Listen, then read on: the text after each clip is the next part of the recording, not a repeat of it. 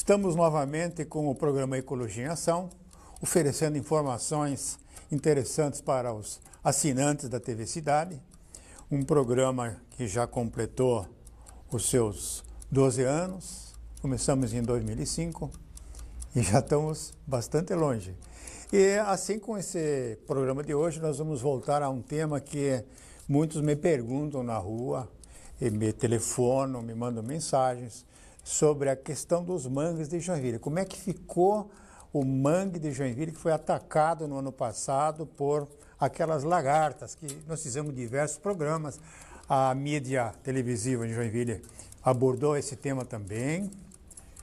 E então eu tive, nesses últimos dias, fazendo uma rodada por aí, uma circulada, e verifiquei que a situação em algumas regiões, nós realmente perdemos todo o mangue branco, o mangue preto. Perdemos todo o mangue preto.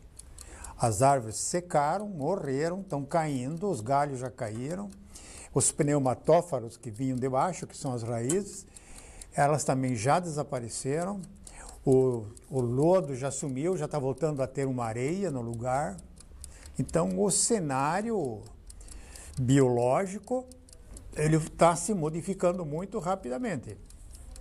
Existem algumas regiões onde o manguezal não foi atacado pelas lagartas. Ele realmente está bastante denso. Não sei qual foi o motivo, por que a lagarta não entrou naquela área. Eu acho que tem alguma conexão com a chegada da água da Baía da Babitonga. A água devia estar carregada com algum elemento químico, algum óleo, alguma coisa que debilitou as plantas. Aí veio o ataque da lagarta e ela não conseguiu se recuperar, porque estava muito fraca. Os nossos profissionais das universidades que fazem pesquisa, eles certamente estão estudando o caso.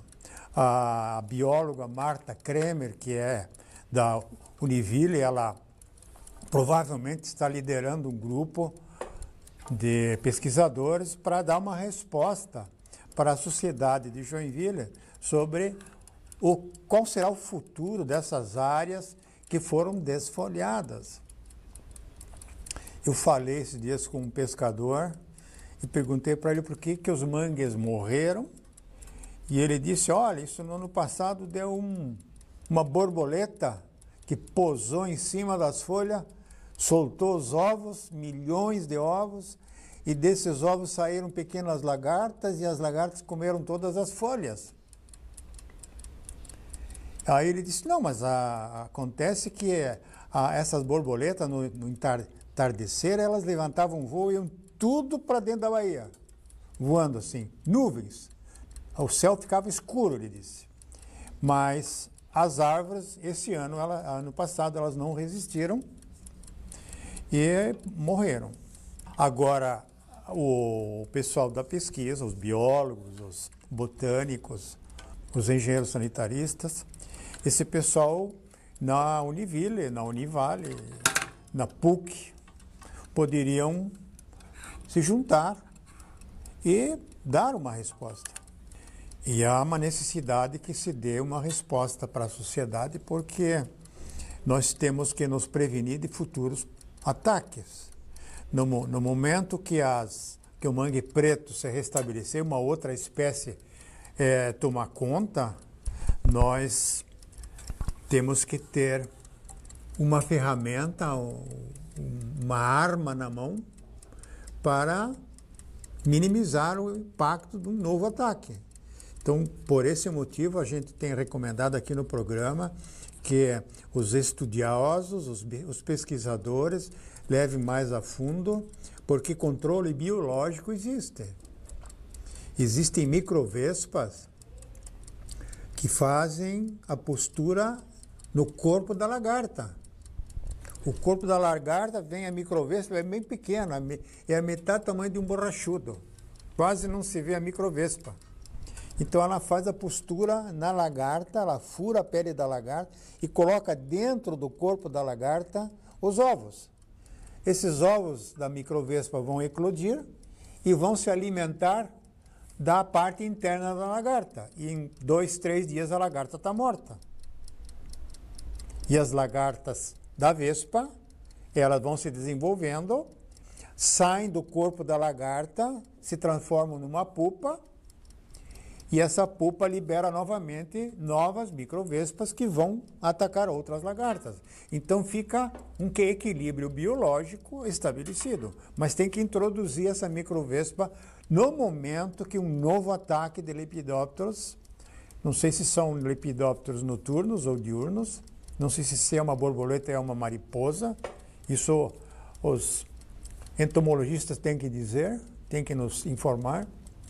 E as universidades pagas pelo contribuinte têm que dar esse retorno para a sociedade. Estamos aguardando. Até agora, o programa aqui não recebeu nenhuma informação do pessoal da pesquisa que está aí na Babitonga estudando e não vem nenhuma informação. Aquele pesquisador que quiser prestar um depoimento aqui no programa dos estudos que estão sendo feitos, a porta está aberta. Por favor, gente, vamos abrir o jogo, vamos ver o que vocês já descobriram. Vocês estudaram para isso, os pais de vocês gastaram tanto dinheiro com vocês, e vocês têm que dar uma resposta para a sociedade. Ah, porque ninguém paga o serviço de vocês? O meu também não é pago, eu trabalho como voluntário. Eu sempre peço serviço para a comunidade, gratuitamente.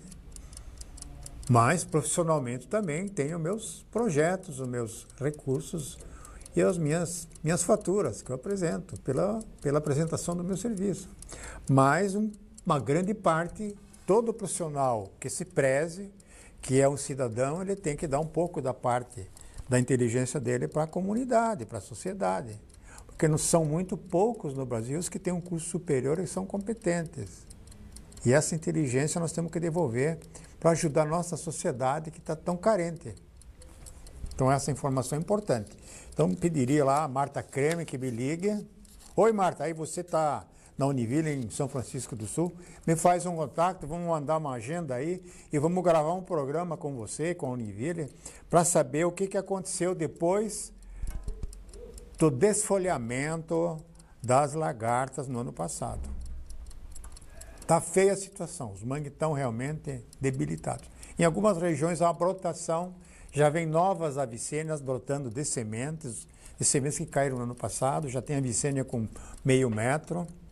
Dá para fazer plantio de avicênia, não sei se alguém já entrou com um projeto de replantio, de repovoamento, um PRAD, Programa de Recuperação de Áreas Degradadas. Isso é interessante. Quantos estagiários de biologia gostariam de ter recursos da universidade, do CNPq, da Prefeitura de Joinville, a SEMA tem um fundo ambiental. Ei, gente, da SEMA, vocês têm um dinheiro de imposto que vocês recebem da água de Joinville? Aplique esse dinheiro em pesquisa, em a área de plantio, de replantio de um PRAD nos mangues de Joinville. Nós temos que ver, resolver esse problema. Se deixar abandonado esses mangues aí, logo vai querer alguém aterrar o mangue dizendo que morreu para construir casa. A área de preservação permanente, a área de mangue de restinga. É crime ambiental construir nessas áreas, aterrar essas áreas. Esse é o recado que nós deixamos na questão dos mangues. Sempre era orgulho do joinvilense, ou a motivação das turnês do Barco Príncipe. Hoje o Barco Príncipe passa em certas regiões onde está tudo morto. Um cenário lunar, um cenário de guerra, de fim de mundo. Todas as árvores mortas. Então o desequilíbrio está acontecendo e está com a palavra o biólogo, o estudante, o entomólogo, para nos ajudar. Porque, se for o caso, o programa aqui apresenta projetos que foram elaborados com essa finalidade.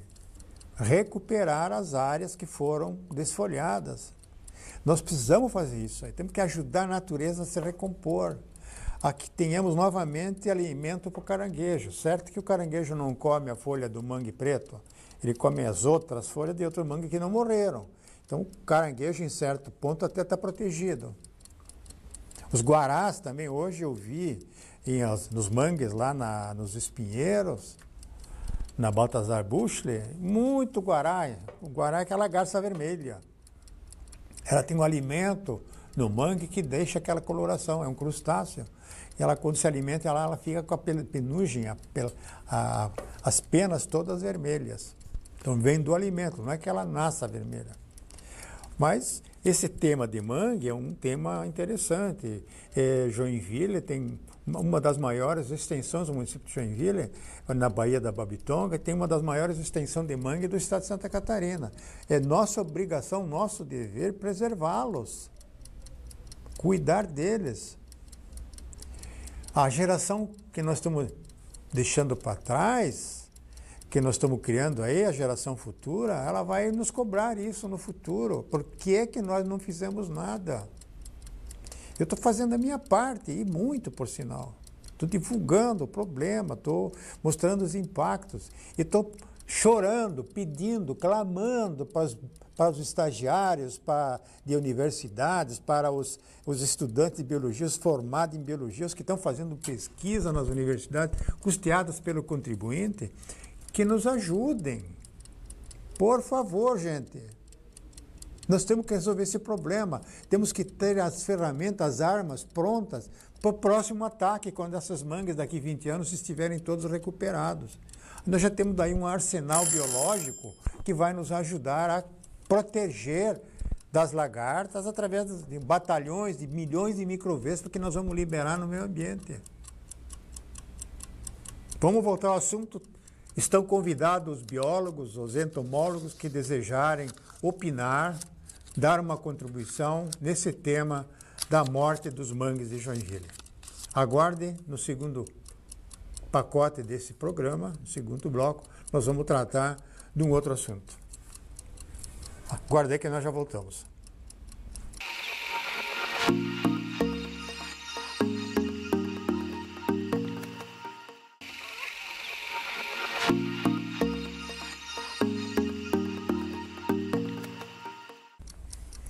Neste segundo bloco, eu gostaria de mostrar para vocês um trabalho voluntário que eu estou desenvolvendo na Praça Getúlio Vargas.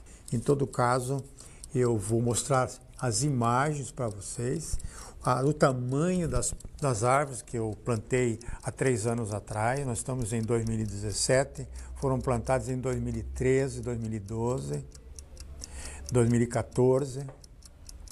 Árvores grandes, já temos lá uma acácia que está florescendo. É a primeira florada, a acácia está perdendo a virgindade, está soltando os botões amarelos, está embelezando a praça. É uma praça aconchegante. E o parceiro da praça, que adotou a praça, gasta muito dinheiro no corte de gramados, no cuidado com as árvores, na limpeza da praça. Então, gente, é uma parceria salutar. E esse trabalho meu na Praça Getúlio Vargas, há 3 anos eu tenho tido assim o apoio do CONSEG do Floresta, do Conselho Comunitário de Segurança do Floresta. É a função também dos conselhos comunitários de segurança pública a melhorarem o aspecto das praças. Uma praça bem cuidada, gramado bem aparado, canteiros de plantas ornamentais muito bonitos, com flores. Isso atrai o povo. O povo vai para a praça. O povo se sente protegido numa praça bem cuidada. Agora, se você deixar uma praça com galhos quebrados, com folhas no chão, lixo jogado pelo povo, lixeiras quebradas, roupas usadas jogadas nos bancos, feijão derrubado nos bancos, comida abandonada. Quer dizer, se você deixar que isso ocorra, certamente as crianças, as mães, aquelas pessoas que moram em apartamento não vão nas praças, não irão mais lá, ficarão com medo, se sentirão inseguras, com falta de higiene. Muito cachorro de rua, às vezes, fica fazendo ponto nessas praças. Quando você vai levar o teu cachorro, ele se enche de pulga. Pode ficar doente, doenças de pele. Então nós temos que cuidar das nossas praças para o povo, para nós. E quanta gente mora em apartamento, sufocada, claustrofóbica, precisa ir para uma praça para aliviar, entrar em contato com o verde, com a natureza. É saúde para a cabeça. Então esse esforço todo do CONSEG, da TMH, que vocês podem ver as imagens aí da placa do Cláudio, aí, que faz propaganda, mas gasta uma nota preta, ele cuida muito para que a praça tenha um bom visual. Como é que ele vai colocar a placa de propaganda da empresa dele numa praça mal cuidada?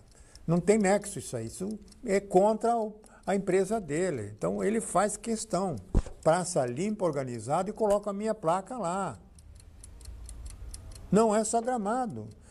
A parceria nossa envolve árvores, a poda de galhos que às vezes ficam muito baixos, a condução da árvore para ela não muito para cima, para ela se espalhar, a limpeza das folhas, a gestão da matéria orgânica, tudo isso faz parte do cuidado do voluntário, de um CONSEG com um empreendedor que paga a conta, e um profissional especializado, que é a função, o engenheiro agrônomo é o responsável técnico pela parte de paisagismo, praças, podas, isso é papel profissional do engenheiro agrônomo e do engenheiro florestal. Não é de outro profissional.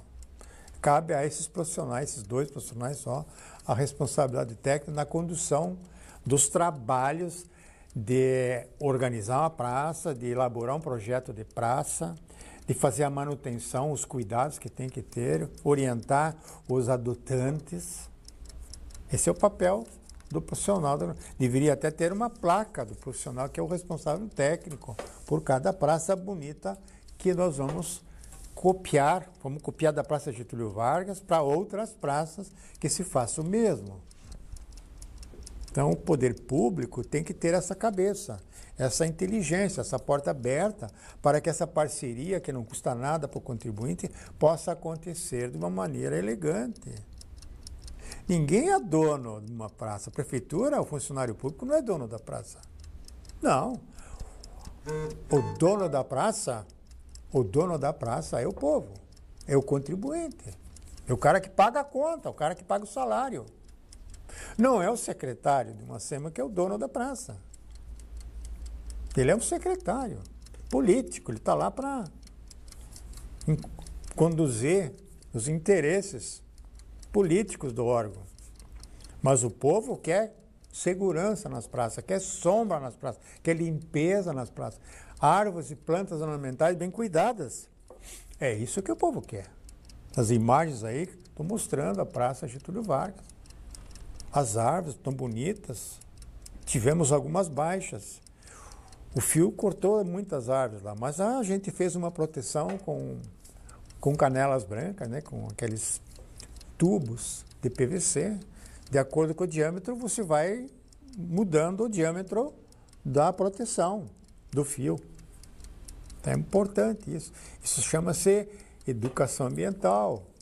Ensinar o povo a fazer uso da praça. Conversar com os moradores de praça, moradores de rua, de que eles têm um papel muito importante também nas praças. Eles que usem a praça muitas vezes, eles não têm onde dormir. Então eles dormem nos gramados, põem esse papelão lá, mas tem que retirar, tem que colocar no lixo, tem que manter a praça limpa para eles também. Higiene. Tem muito cachorro que vem junto com o morador de rua, cachorro doente. Deixam lá os germes de sarna. Você vem com o teu cachorro lá na praça achando que ela está limpa, ela está cheia de porcaria. O teu cachorro sai com pulga. É muito complicado isso. Então, gente, a Praça Getúlio Vargas, ela está à disposição de vocês. Gostaria que vocês visitassem. Quem desejar adotar uma praça ou assistir uma praça ou também plantar árvores numa praça adotada, fala comigo, eu ensino o caminho das pedras. Eu ensino como evitar o poder público, porque ele vai atrapalhar mesmo. Faça a tua parceria com o adotante, converse com a empresa, peça autorização para você ajudar a manter aquela praça limpa. Você tem que pedir favor no Brasil para fazer um serviço desse, hein? Você, não é de graça, não. Isso aí é caro, isso aí é penoso, fazer um trabalho voluntário. Tem gente que fica com ciúmes, com inveja, e atrapalha, principalmente o poder público. Ele não faz e não deixa os outros fazer. É bem assim. Gente, essa é a nossa função. Você quer, como cidadão, fazer um exercício na terceira idade, está aí uma oportunidade. Levanta o lixo. Eu vou na Praça Getúlio Vargas 2 vezes por semana e faço a coleta do lixo que a pobreza jogou lá, que não tem educação, sujismundo. Eu vou lá, mas junto mesmo. As lixeiras estão abertas, soltas, eu vou lá e monto a lixeira outra vez para que ninguém quebre. Porque uma lixeira que fica desmontada, o cara dá um chute, já cai fora, já pisa em cima, já quebra e acabou-se. Tem gente que gosta de quebrar o patrimônio público. Nós pagamos essas lixeiras. Fomos nós que pagamos. A prefeitura colocou lá. A lixeira não vai dar voto para o prefeito. A lixeira vai servir para o contribuinte. É dever do prefeito, dos seus secretários. Eles estão lá para isso, para atender o contribuinte, para atender o povo, para atender o eleitor. Isso é cidadania. Não tem nada que perseguir pessoas que plantam árvores. Você sabe que eu plantei novamente 3 árvores. Na Praça do Mercado, tem lá umas quaresmeiras que são exóticas, que vieram lá de São Paulo. Estão todas podres, todas quebradas.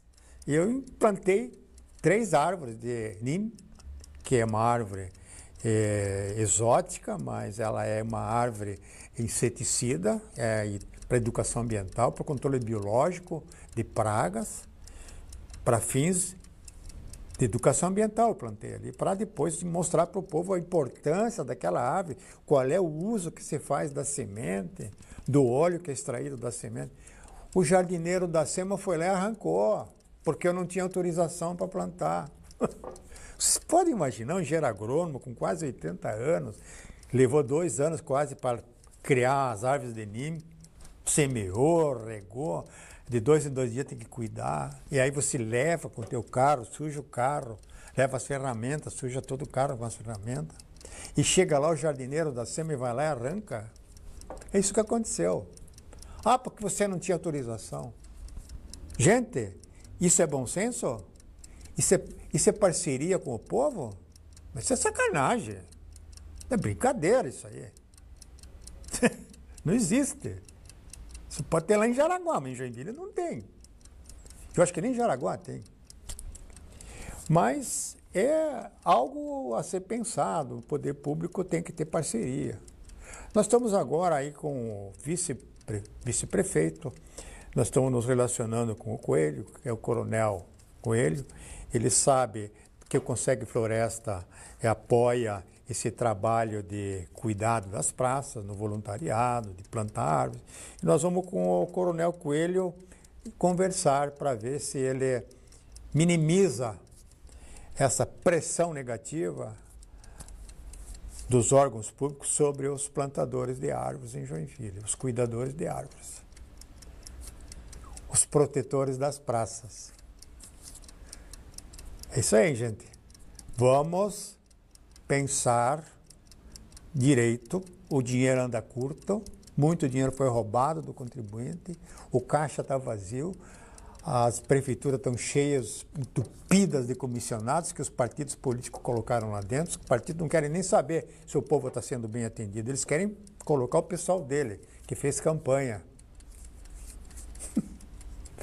Mas nós temos que fazer com que o dinheiro que nós colocamos na prefeitura volte com benefício para o contribuinte. Não é só pagar salário de comissionado.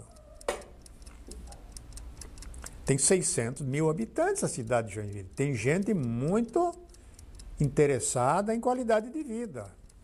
Tem gente que está fiscalizando o poder público. E o Ministério Público está conosco nos ajudando nisso aí. Está de olho.